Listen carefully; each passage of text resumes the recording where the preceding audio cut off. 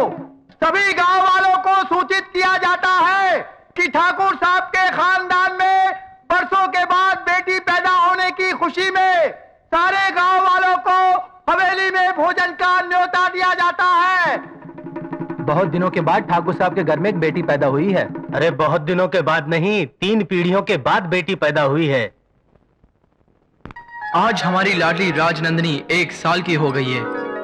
आपकी कमी को तो हम पूरा नहीं कर सकते, लेकिन हमें कसम है आप दोनों की कि इसके जिंदगी में हम कोई कमी नहीं होने देंगे।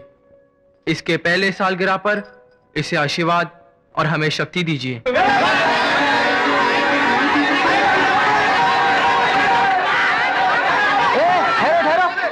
धक्का मुक्की नहीं, सब लाइन में आना। भाई राजा के हाथों सबको नजराना मिलेगा।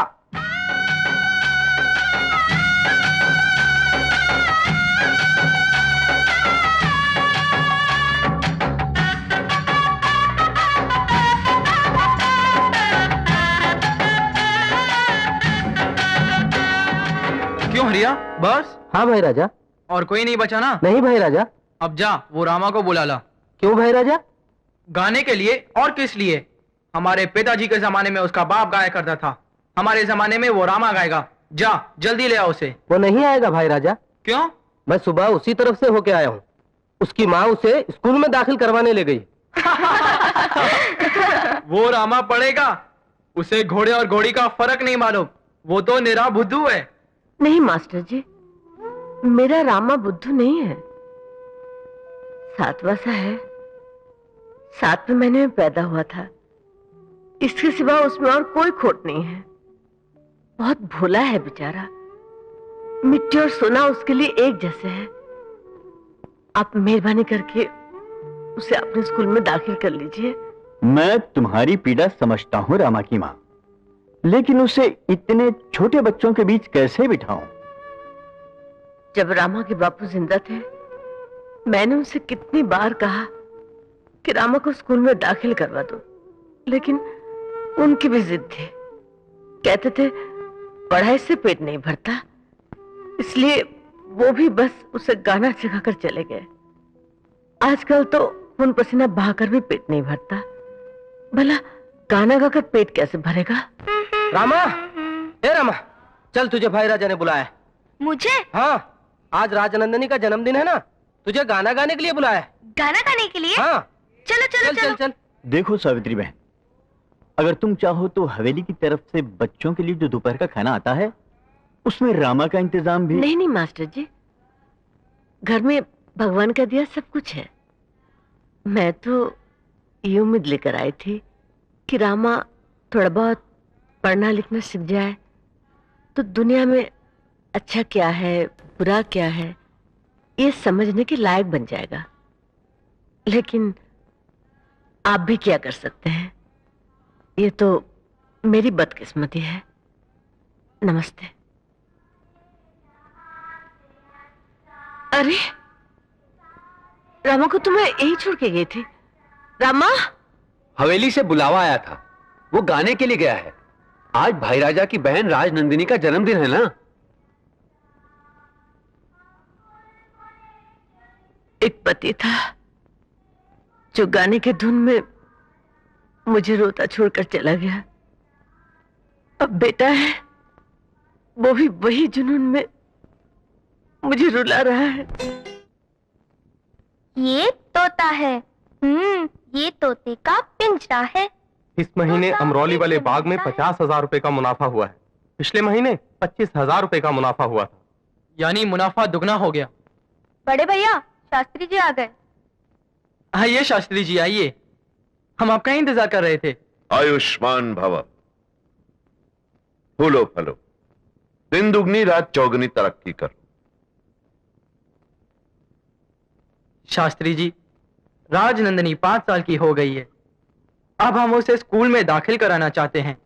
आपने कहा था कि जब राजनंदिनी 6वें साल में जाएगी तभी आप उसका पूरा भविष्य बताएंगे। इसलिए आपको कष्ट दिया है। आपका संदेशा आते ही मैं समझ गया था भाई राजा। राजनंदिनी बहुत भाग्यशाली है। इस हवेली के लिए उसके पांव बहुत शुभ हैं। इसके आने से आप लोगों का मान, सम्मान, संपदा, कीर्ति सब में महान वृद्धि होगी। हाँ, और समय के साथ साथ आप लोगों के लिए इसका प्रेम और इसके लिए आप लोगों का प्रेम बढ़ेगा, कम नहीं होगा। लेकिन क्या शास्त्री जी? इसके विवाह संबंध में एक उलझन है।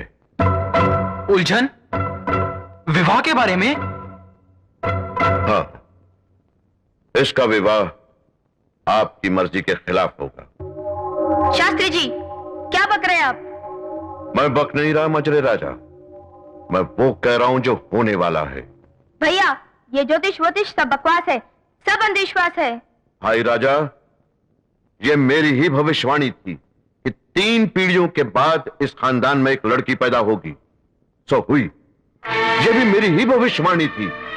अपनी उम्र के 12वें वर्ष में तुम अपने माता पिता का श्राद्ध करोगे। सो भी हुआ, और अब जो मैंने कहा वो भी होकर रहेगा। क्या होगा? कुछ नहीं होगा, चले जाइए यहाँ से। मंझले राजा, मैंने जो देखा सो कह दिया। विश्वास करना न करना आप पर है। भगवान आपका कल्याण करे। भाई राजा, राजनंदिनी को स्कूल ले आने के लिए गाड़ी तैयार है। राजनंदिनी स्कूल नहीं जाएगी। भैया? हाँ, राजनंदिनी के लिए स्कूल यहां आएगा। और उस दिन से हवेली ही राजनंदिनी के लिए स्कूल, मंदिर सब कुछ हो गई। उसके साथ खेलने के लिए सहेलियां भी हवेली में बुलाई गईं। हवेली के बाहर एक चेक पोस्ट भी खड़ा हो गया, जिसके अंदर किसी भी पराये मर्द का आना मना था। साल में सिर्फ 2 या 3 बार नंदिनी को हवेली से बाहर ले जाया जाता था, मगर तब भी उसके निकलने से पहले एक आदमी लाल छाता लेकर साइकिल पर निकलता था, ताकि सबको पता चल जाए कि राजनंदिनी बाहर निकल रही हैं। छाता देखते ही सारे मर्द छुप जाते थे, क्योंकि भाई राजा का हुक्म था कि किसी भी पराये मर्द की नजर राजनंदिनी पर नहीं पड़नी चाहिए, और अगर किसी की नजर पड़ ही गई या किसी ने राजनंदिनी के बारे में कुछ बोल भी दिया तो उसकी सजा तय थी। और यही गलती इन अभागों से हुई।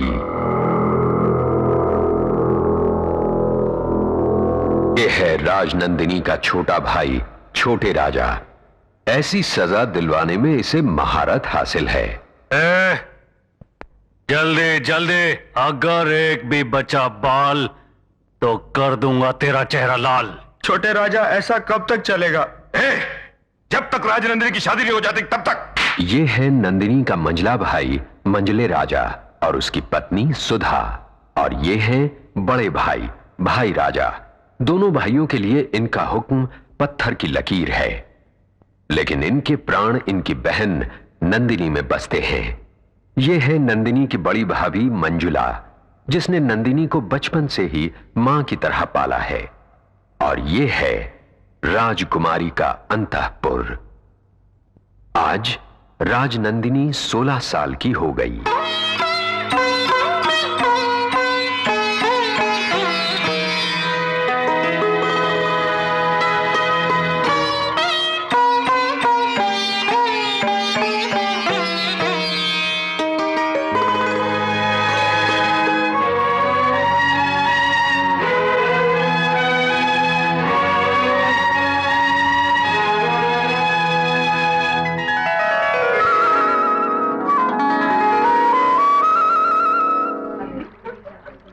सावित्री, ओ सावित्री, अरे कहाँ हो भाई, बाहर तो आओ।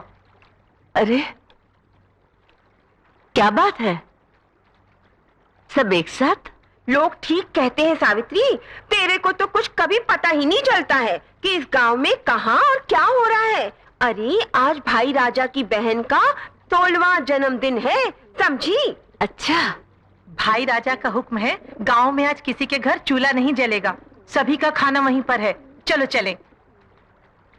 आप लोगों को तो पता ही है, मैं किसी शुभ अवसर पर नहीं जाती। तू बड़ी रहमी है सावित्री, विधवा औरतें किसी शुभ अवसर पर न जाएं, ये आजकल कौन मानता है? कोई तेरे जैसी नियम पालने वाली नहीं है। मेरे दुर्भाग्य की तुलना दूसरों से क्यों करते हो? जाइए आप लोग। अच्छा चलो। हाँ, चलो तो।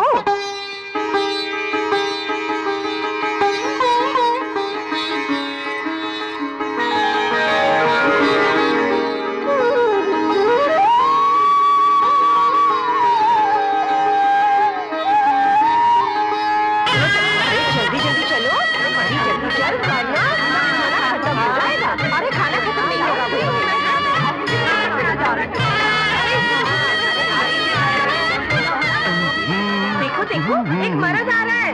अरे किसने छोड़ा इसे अंदर? अरे ये तो इस हवेली का बावर्ची रघु है, रघु। तुम लोग मेरा रास्ता रोक के क्यों खड़ी है बुढ़िया? ए, तूने बुढ़िया किसको बोला? अरे तुमको बोला। मेरे को? तेरे को हम बुढ़िया जैसी दिखाई देती है क्या? मेरी दिव्या भारती, तू तो मुझे कुंवारी कन्या दिखाई दे रही है। 16 इयर्स यंग लेडी। मैं तो 100 साल का बुढ़ा हो गया हूँ। अब तो मेरा रास्ता छोड़ दो मेरी पोती हो। चलो जाओ। जाओ।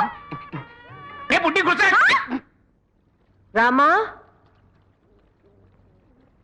रामा, रामा, रामा, रामा।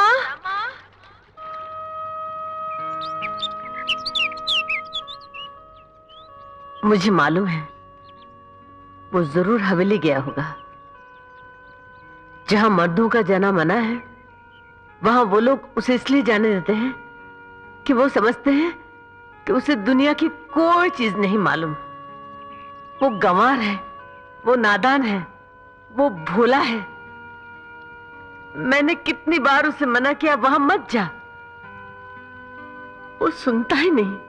हे रामा, नंदिनी के जन्मदिन की खुशी में एक गाना गाओ। मेरी शादी होगी। मेरी शादी कब होगी? क्या हो रहा है उधर? महाराजा मेरी शादी कब होगी? मेरी शादी करा दो ना। इसे खाना खिलाकर भेज दो। शादी शादी। तू इस बावर्ची के नौकरी से हजामी अच्छी है। ये औरतें हैं मुसीबतें। कोई पुलाव मांग रही है तो कोई चिकन मांग रही है, कोई हलवा मांग रही है तो कोई मटन मांग रही है। कसूर इन औरतों का नहीं है, कसूर है इन हाथों का जिन्होंने अच्छा खाना बनाया। आज मैं ये हाथ काट के फेंक दूंगा